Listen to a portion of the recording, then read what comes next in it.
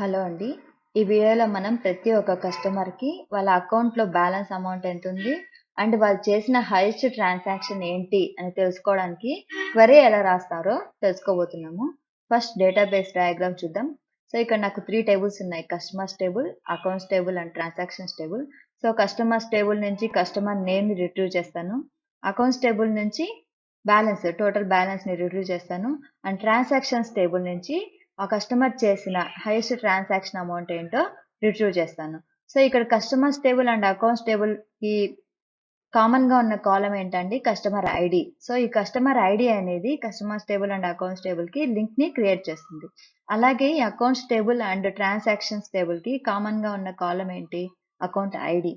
So ఈ account ID అనే కాలం accounts and transactions table కి లింక్ ని క్రియేట్ చేస్తుంది.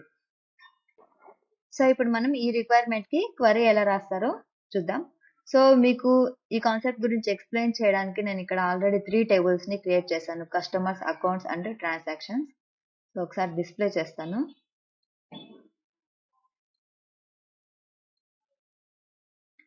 ఓకేనా? సో ఇప్పుడు మనం క్వరీ రాద్దాం. Select star from customers. ఇక్కడ నేను ఇన్నర్ జాయిన్ యూస్ చేస్తాను.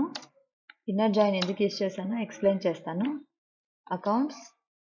సో కస్టమర్స్ టేబుల్ కి నేను అలియాస్ నేమ్ సి ఇస్తాను. అకౌంట్స్ టేబుల్ కి నేను అలియాస్ నేమ్ ఏ ఇస్తాను.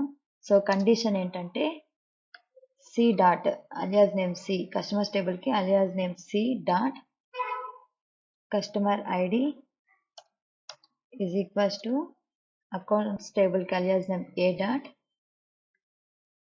Customer ID.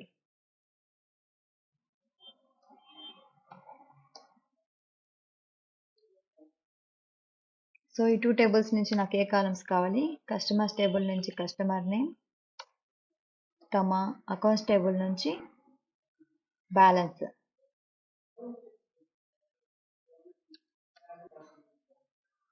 ఓకే. సో ఈ క్వెరీని రన్ చేద్దాం.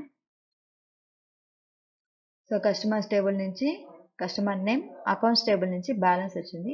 సో ఇక్కడ నేను ఇన్నర్ జాయిన్ ఎందుకు యూజ్ చేస్తాను అంటే accounts table customers table and accounts టేబుల్లో ఉన్న మ్యాచ్డ్ రికార్డ్స్ మాత్రమే నాకు కావాలి. అంటే ప్రతి ఒక్క కస్టమర్ కి ఉన్న టోటల్ బ్యాలెన్స్ అమౌంట్ ఏంటి అనేది మాత్రమే నాకు కావాలి. సో ఇన్నర్ జాయిన్ యూజ్ చేశాను.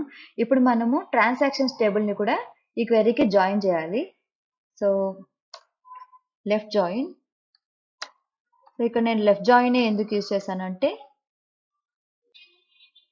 ఒకవేళ నేను ఇక్కడ ఇన్నర్ జాయిన్ యూజ్ చేశాను అనుకోండి అకౌంట్స్ అండ్ ట్రాన్సాక్షన్స్ టేబుల్లో ఉన్న మ్యాచింగ్ రికార్డ్స్ మాత్రమే వస్తాయి.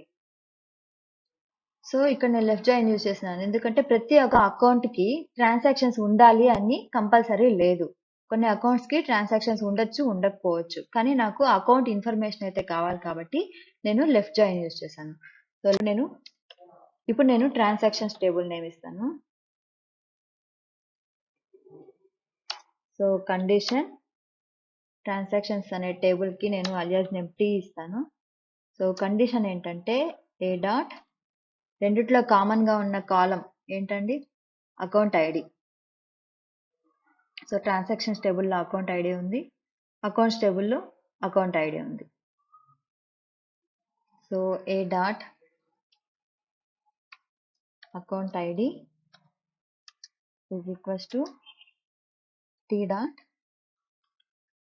Account ID. ఓకేనా? సో ఈ క్వెరీని ఇప్పుడు సో సెలెక్ట్ స్టేట్మెంట్లో నేను అమౌంట్ అనే కాలం నేమ్ ఇస్తాను.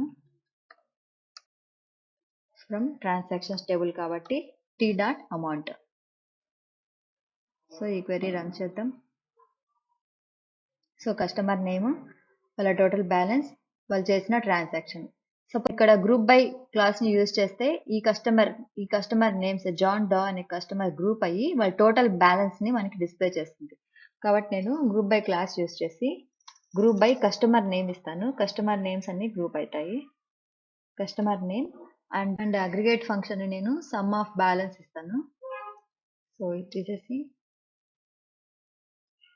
Some of balance.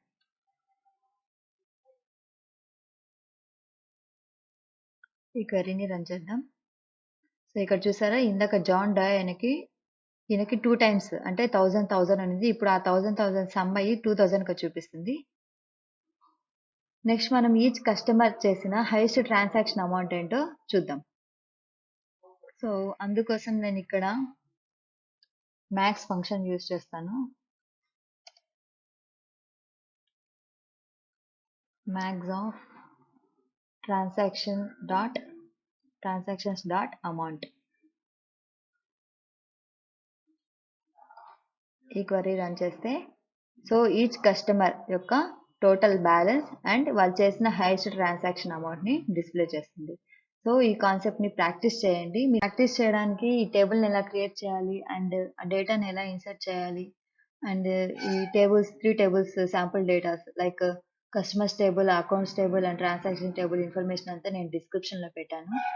ఒకవేళ మీకు ఈ వీడియో కానీ నచ్చినట్లయితే తప్పకుండా లైక్ చేయండి, సబ్స్క్రైబ్ చేయండి. Thanks for watching.